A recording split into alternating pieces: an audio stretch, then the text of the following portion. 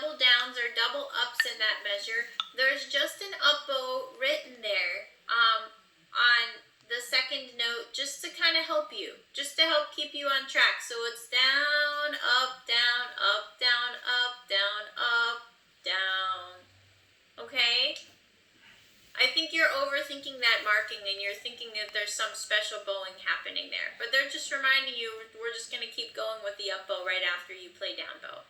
Okay. Okay. Let's try it again. Third line, please.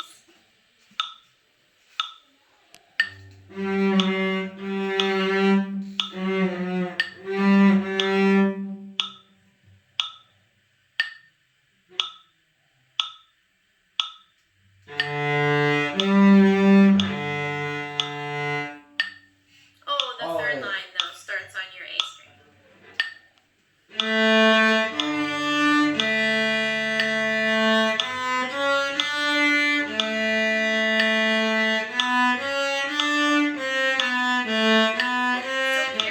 Careful that you have one and on that quarter note. You left the quarter note a little early. Okay. Let's go again. Same place, third line.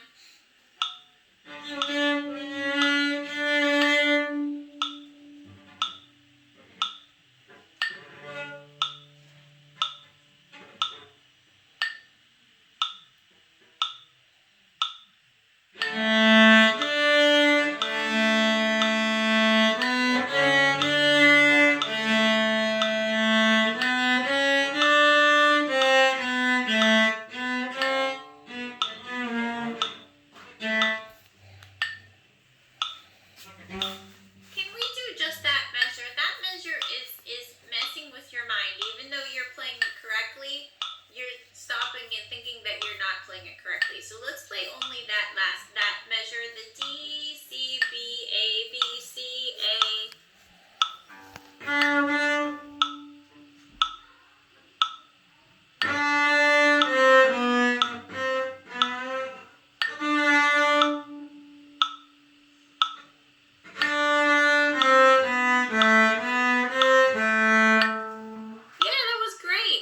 Again, please.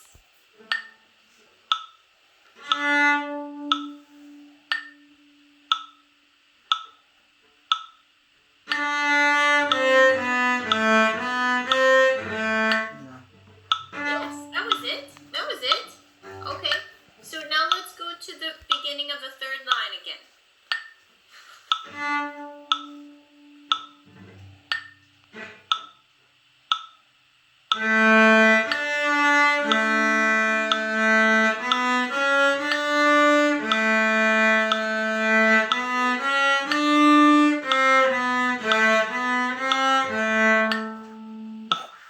Yes, but let's keep going this time.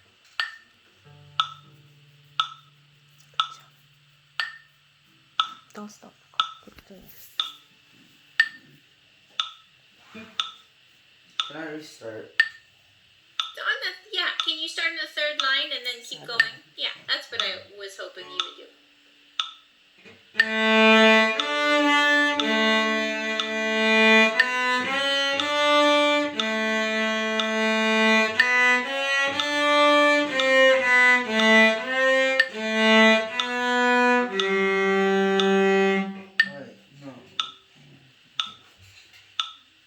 So this time I want you to start right on the measure that we've been kind of looking at there. The D, C, B, A, B, C, A, B, G, and then just keep going from that spot, okay? Okay.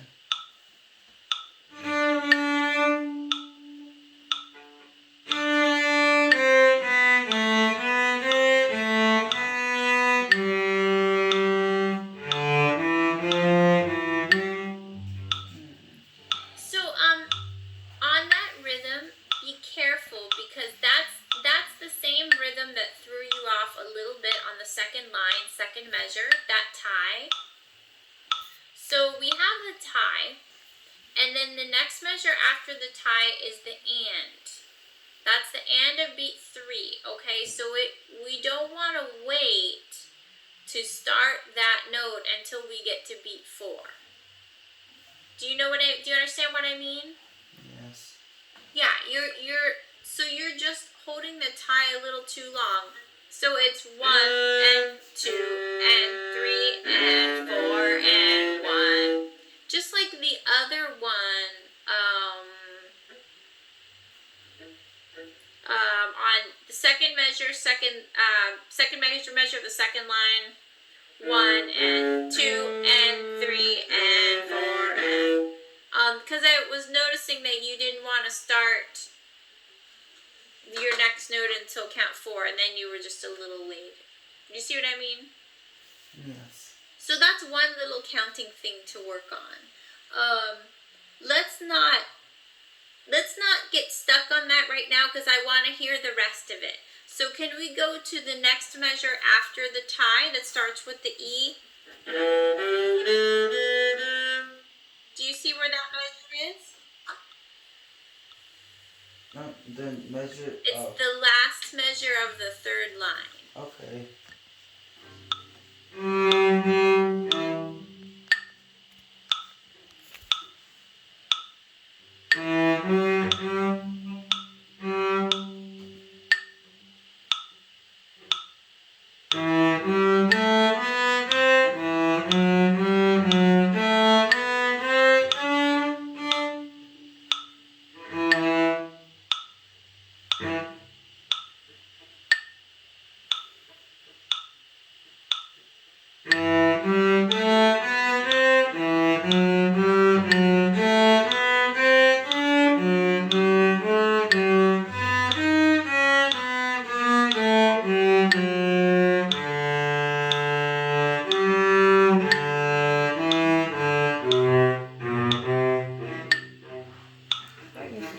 So while we're stopped, do you see the measure that has the mezzo forte underneath the 2/8 notes?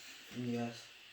So we want to make sure that those last 2 notes are 8th notes and not quarter notes. So it's 1 and 2 and 3 and 4 and you played 4, 5. Do you see what I mean? Yes. Okay.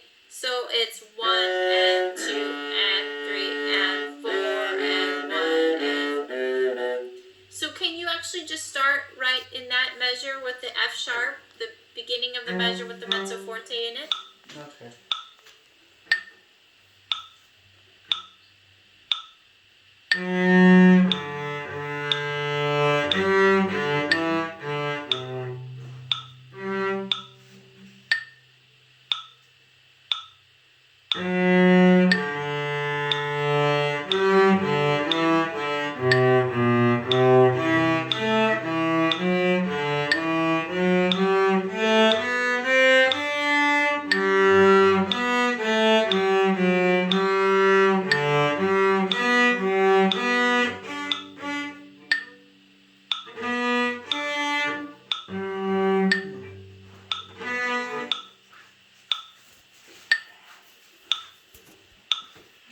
I think you might be confused about how to play that note. Really? The last note. So it's on our A string. I think you were going over to your G string. So that's okay. It's been a while since we talked about it.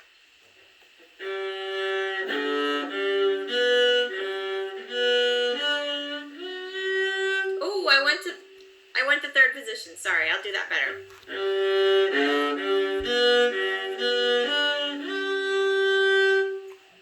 So we're gonna go right here and play with your 4th finger. It looked to me like you were going up high to the harmonic on your D string.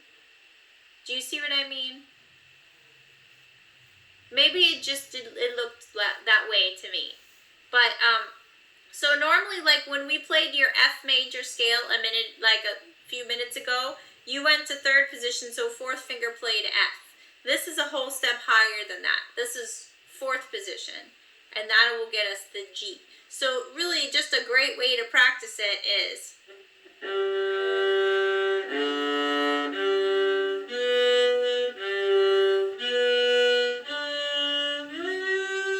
And just put a nice little slide in there while you're practicing it.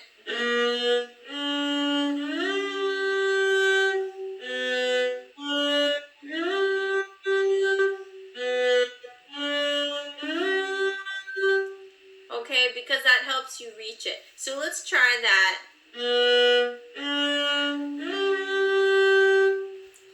Just the last 3 notes.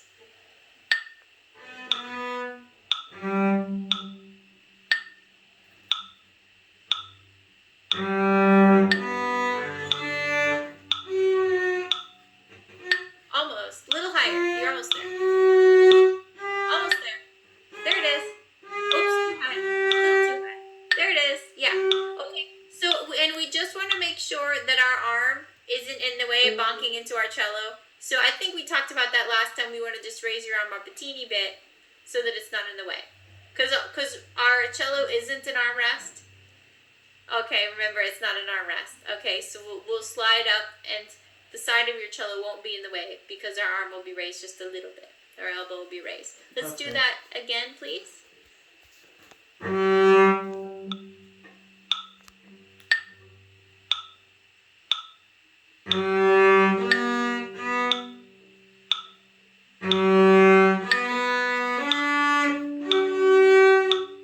Let's do it with 4 though. Yeah, with 4. It looked like you were maybe trying to do with 3. Let's do it with 4. One more time.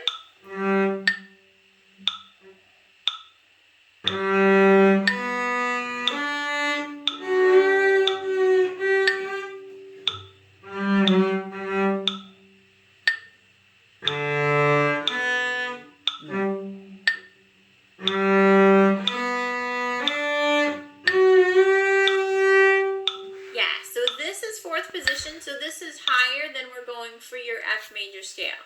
So 3rd position is here and 4th position is here. It's a whole step higher. Okay?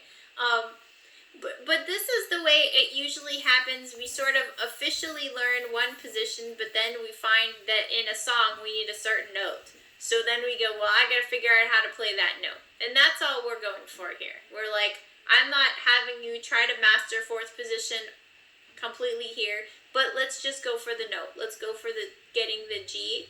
And if you practice that, all that is a G major arpeggio. So G's, B's, and D's. So there's G, D, B,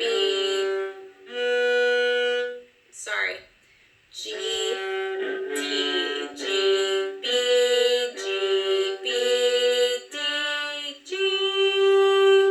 Okay, so that's what we're doing is we're playing a little arpeggio there.